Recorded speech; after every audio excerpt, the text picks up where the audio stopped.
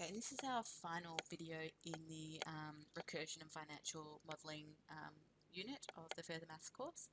And here, now I've called this Annuities. I think technically an annuity is a sort of retirement investment where you withdraw money and you live off that investment, okay? But as I said to you in the 2 videos ago, I find that in exams and things, sometimes the word annuity and investment is used a bit interchangeably. So I don't want you to worry too much about what's an annuity, what's an investment. Essentially, annuities are investments. The individual deposits money into the bank. They then might either withdraw money out of it or continue to deposit into it. Okay. Either way, the logic is still the same. Okay, so again, so we want to look at the kind of investments where the investment earns compound interest, but then we also add regularly to it. So this is kind of what happens as you save for your retirement. You know, you invest a portion of your salary every month as a payment into the investment, but it's also earning compound interest. So it therefore grows and grows and grows. Okay. When we have the recurrence relation here, the only difference is going to be that we're going to be adding in the payment rather than taking away the payment. So we're both increasing by compound interest. So that will be a number bigger than 1, so that the investment's growing due to the interest, and then we're also adding in a payment, so it's growing exponentially, really. Okay, so let's have a look at an example with a recurrence relation. Margaret invests $1,000 in a savings account when her granddaughter is first born. The savings account pays interest of 5.2% per annum. She plans to add $500 to the account each Christmas. The recurrence relation, which models the value, Vn, of this investment after n years, is given by this. Okay, so there's our, so she's only adding payments every year, and so therefore the interest is also only being compounded every year. So n is in years in this recurrence relation. Her initial investment's $1,000. Every year it increases by 5.2%, so that is multiplying by 1.052 every year. Again, you can calculate that. You know, your R value is 5.2. Your multiplying factor is 1 plus 5.2 on 100, which is 1.052. Okay. And then we're also adding in the payment of 500 every year. Alright, so after how many years will the value of the investment first exceed $3,000? So let's start recurring it. So we're going to have $1,000. So obviously, if we just think about the payments, it's going to take 4 payments to get from 1,000 to 3,000. But we're also adding in interest. So let's see if it happens a bit quicker than that. It's not a big interest rate, so it might not, but let's see. So we're going to have $1,000. That's our first value. I've pressed enter, and then we're multiplying by 1.052, and then adding in 500. Okay, so after 1 year, we've got a little over $1,500 because of the interest. After 2 years, a little over 2,000. 3 years, not quite at 3,000, so it is going to take until 4 years, but we'll be quite a bit over 3,000 by then. Okay, so value after 4 years is $3,386.27, so therefore it is going to take 4 years. Margaret intends to gift the value of the investment to her daughter when she turns 18. To her granddaughter when she turns 18. How much will the investment be worth at this time? Okay, so we want to know the value after 18 years, so n is in years, so it's just V18. So we're already up to V4 in our CAS. Let's just continue. So 5, 6, 7, 8, 9, 10, 11, 12, 13, 14, 15, 16, 17, 18. So the value after 18. So remember, when we have both the geometric growth and decay and the linear growth and decay, we can't just make a rule and get straight to 18 years. We have to recur it 18 times. So the value after 18 years is $16,822.03. So we might think about the fact, well, okay, over those 16 years, she's paid her initial $1,000, and then she's also paid now 16 lots of $500. So Margaret added $9,000 into that, but by growing it, by continually increasing the balance of the investment with the regular payments and adding in the compound interest as well, she's actually ended up earning, you know, nearly $8,000 in interest over that 18 years. Okay. All right, let's have a look at another example. Example 2. Frank invests $5,000 in an online account, which pays interest of 2.55% per annum compounded monthly. Frank plans to deposit $300 of his pay each month into this account. Frank is travelling to Europe in 12 months and plans to take this money with him as spending money. So obviously we could use our finance solver here, but we could also set up a recurrence relation, and we can also use an amortization table. Let's stick with the recurrence relation for this example. In future examples, we'll look at amortization table and finance solver. So let's see if we can set up a recurrence relation here. It's good practice. Okay, so V0 is our initial value, which is $5,000. Invest $5,000. Okay, Vn plus 1 is going to be, and n is being measured in months in this problem. Everything's compounding monthly, taking out monthly, making monthly deposits. In further maths, you'll find those are always the same. You won't ever deposit or withdraw money at a frequency that's different to the compounding period. Okay. So it pays interest of 2.55% per annum. So we need that as a monthly rate. So our monthly rate is going to be 2.55 on 12. Okay, which is 0.2125% per month, which if we work out the multiplying factor is 1 plus that value over 100. So 1 plus that on 100, which is multiplied by 1.00215 every month. So 1.00215 multiplied by Vn, and then he's also adding in the $300 every month. So that's our recurrence relation. So if we want to, he's going to travel in 12 months, so we want to know what V12 is. So let's start recurring that with our CAS. $5,000, we're multiplying by 1.00215, and then adding 300. So that's after 1 month, 2 months, 3 months, 4 months, 5 months, 6, 7, 8, 9, 10, 11, 12. Okay, so $8,773.41. So once again, we can work out that he paid $5,000 of that was his money at the start, plus he's made 12 payments of $300. So he's paid $8,600 into this account.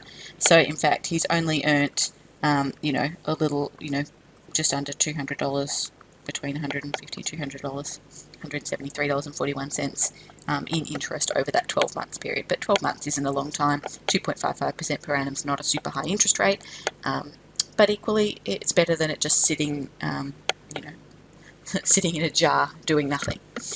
How much will Frank earn in interest over the course of the year? Oh, okay, sorry, I should have read on because I've just calculated that. Okay, so Frank's total payments,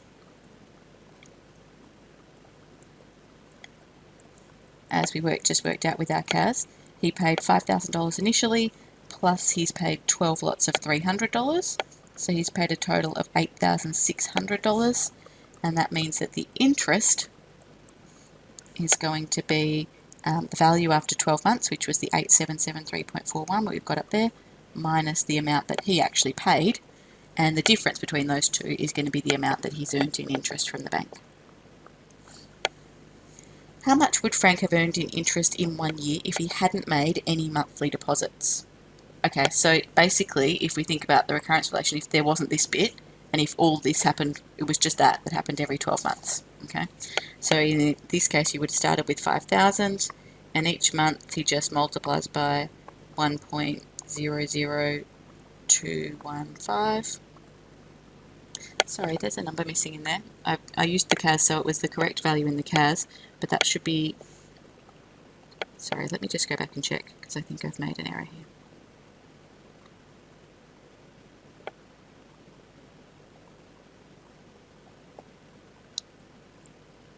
My apologies. Okay, yeah, sorry, I copied it out wrong and then I typed it wrong, so it should be 2125.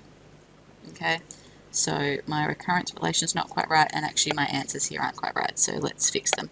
So it should be 2125 there. Okay. Okay, so let's go back to the start. My apologies. Okay, so let's calculate our value after 12 months. Let's edit that because it's not going to be that. Okay, so again, we're starting with 5,000. We multiply by 1.002125, and then we add 300.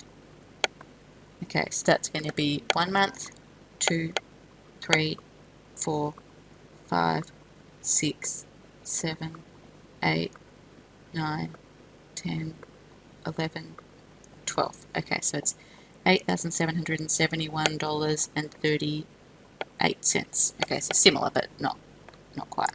So in terms of the interest, 8771.38 minus 8,600. Okay, and so the interest earned is actually $171.38. Okay, sorry, let's go back to part C now. How much would Frank have earned in interest in 1 year if he hadn't made any monthly deposits? Okay, so that means the initial value is 5,000. From month to month, all we're doing is multiplying by 1.002125. Okay. If we want, we can convert that to a rule, if we remember how to do that, back from the start of the topic. Because we've only got geometric growth, this is just going to be 5,000 multiplied by 1.002125 to the power of n. Okay, and so therefore, if we want the value after 12 months, it is going to be 5,000 times 1.002125 to the power of 12. And so that will be $5,129. Okay, so if he hadn't made any deposits at all, that means the interest is going to be, so this time the only payment he made is the $5,000, so the interest is the 5,129 minus the 5,000 initially deposited, and so he is earning $129 in interest. So, it's not hugely different, but he makes an extra $50 or so in interest, or actually not quite, probably more like 40, just over $40 in interest by also making the payments, because he's earning interest on the payments as well. Okay, but he still earns decent interest by not adding in the payments. Okay, so we can also use an amortization table for these investments. Okay, so again, same logic. This time though, it's not going to be a principal decrease, it's going to be a principal increase. And we're going to do, there's going to be slightly different calculations here, because the principal increase will actually be the payment plus the interest, because they're both going into the account. Okay, and so that gives us that, and then we add that onto our balance, because it's all going up. All we're doing is earning interest and adding money, so everything is about increasing the balance. Okay, so we've got some questions to answer here and some missing values to work out. So we would first of all want to find the principal value of the investment, so that's obviously sitting up there at the top of the table. So the principal value here is $3,000. The amount deposited into the account each month, okay, we can see that every month there is $200 added into the account. The monthly interest rate, okay, so we're going to need to work that out. We can use the first month of interest. So we can see that the interest was $12. We want to know what is that as a percentage of 3,000. So 12 out of 3,000 multiplied by 100% to convert that to a percentage. So 12 out of 3,000 times by 100. Okay, so that's 0.4% per month. And then from that we want the annual interest rate, so we're going to multiply that by 12, which is 4.8% per annum. We want to find the value of the investment after 6 months.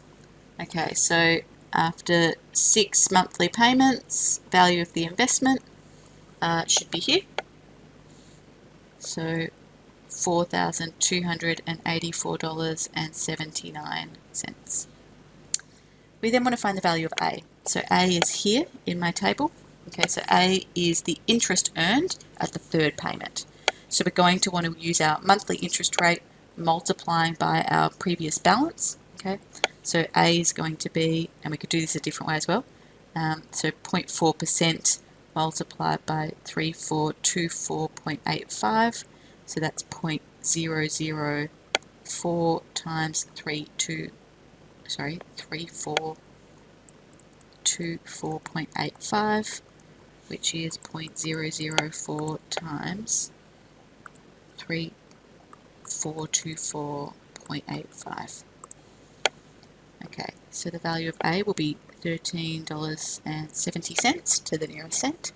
Now, the other way we could work that out, and the easier way, would be to think about, okay, well, if the payment was $200, but the principal increase was $213.70, okay, so, or we could have just done A was the principal increase, $213.70, minus the payment, because the difference between those two has to be the interest. Okay, so actually the second option is quicker. Often you can just use a simple addition or subtraction to find missing values rather than having to calculate percentages. Okay, the value of B, so this is B here, the principal increase, so that's simply going to be the payment plus the interest. Okay, so B is going to be 200 plus 14.55, and so that is $214.55. You could also work out B by working out what's been added on from this month to this month. So if you did 3853.1 minus minus the previous balance, which is 3638.55, we should also get the same 214.55. Okay, so that would be another way you could do it. All right, and then we also want the value of C. So we're going to be taking the principal increase at the fifth payment and adding that onto the balance from the previous month. Okay, so C is going to be 3853.10 plus the principal increase at that month is 215.41. Okay, so 3853.1 plus 215.41. Okay, so C is going to be $4,068.51. You could also have found C by thinking about C plus that gives me that. So a couple of different ways you could do it. Okay, so we've got our missing value. We then want the total interest earned in 12 months. Okay, so we could add up our interest column, but that's kind of tedious for 12 months. We could also just work out, we've got the total balance after the 12 months, and minus the total payments would give us the interest, would be probably the quicker way to do it, because we can see we've made 12 payments of $200. But you can also just add up your interest column, okay? So total payments, we've made 12 payments of $200, okay? So that's $2,400. And the final balance was $5,600.72, and so therefore the difference between those two things is interest. Oh, sorry, I also forgot. It's not just our payments of $200. We've also got our initial investment that was $3,000. So it's going to be, sorry, let's go again. So it's our initial $3,000 that we invested plus the 12 payments of $200 that we invested. Sorry, I was just thinking it was going to be quite a lot of interest. It didn't make sense. So it's 3,000 plus 2,400, so it's 5,400. Okay, so the interest is going to be the value of the investment after 12 months, which is $5,600.72, minus the amount of money that we've actually paid into the investment, which is $5,400, and so that leaves us with $200.72 worth of interest over the 12 months. As I said, if we were to add up all of these values, that should also add up to the same amount, but actually that's a more cumbersome calculation. Okay, and then finally, we can use our recurrence relation, we can use our amortization table, and we can also use our finance solver. Okay, so in these situations, our principal value is negative because we're investing that money into the bank. Our payments are also going to be negative because they're deposits we're making into the bank, so we're also putting that money into the bank, and therefore our investment is growing. It's not going down at all, so the future value should always be positive here. It's going up and up and up. Okay, so that's money in my pocket, money that belongs to me, positive money relative to me. Okay. All right, so example 4, Daniel invests $10,000 into an account at 5.3% per annum, compounding monthly. Part A, if he makes monthly deposits of $100 into the account, find the value of the investment after 5 years. Give your answer correct to the nearest cent. Okay, let's work out our finance solver value. So 5 years, but everything's happening monthly, so that's going to be 5 times 12, 60 months. Okay. Our interest rate is 5.3% per annum. Our principal or present value, he invests $10,000, so he puts that money into the bank, so that's a negative amount relative to him, so negative $10,000. He makes deposits, so the payments are also going to be negative. He's putting that money into the bank of $100. okay? And we want to know what the future value is. Payments per year and compounds per year will need to be 12 because everything's happening monthly. Okay, so let's edit our finance solver. So N is 60, interest is 5.3, negative 10,000, that's the amount that he invests, negative 100 for the payments, future value is what we want to know, payments per year and compounds per year should both be 12. Okay, so future value is 19879.63. Okay, so therefore the value after 5 years is going to be $19,879.63. Okay. Daniel is saving for some renovation works and he wants the balance of the account to be $30,000 in 5 years' time. Find the amount that he will need to deposit each month. Give your answer correct to the nearest set. Okay, so thinking about what's changing here. So he still wants to do it in 5 years, so N will still be 60. The interest rate isn't changing. The principal value, he's still going to invest $10,000 initially, but we now want to work out what payment, what does he need to add in every month to make sure that his future value will be positive, because it's going to be his money, $30,000. Payments per year and compounds per year, are still going to be 12. Okay, so let's work those out. Okay, so the payment that's going to be required, let's work things out. So future value needs to be $30,000. Payment per year, compounds per year is still 12. All of that stays the same, it's just the payment. Okay, so the payment needs to be $247.68. So he will need to make monthly deposits of $247.68 if he wants his investment to be worth $30,000 in 5 years' time. Daniel can only afford to deposit at most $200 per month into the account, but he's still hoping to save $30,000 by the end of 5 years. He decides to shop around for a better interest rate.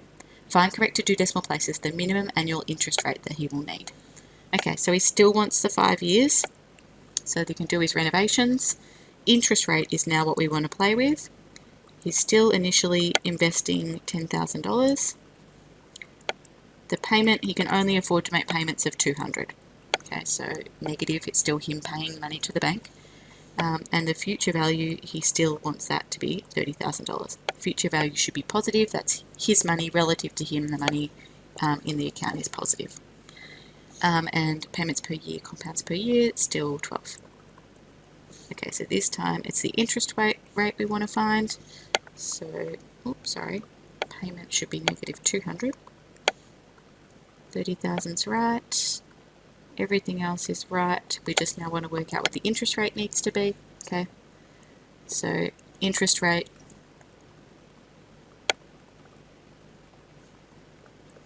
will need to be at least, now we want interest rate to 2 decimal places, 8.36%. In order for him to get to $30,000 in 5 years, only making monthly payments of $200. Okay, so exercise 9G is about exploring more investments, but where you instead make deposits into the investment, and so therefore the value of the investment continues to grow.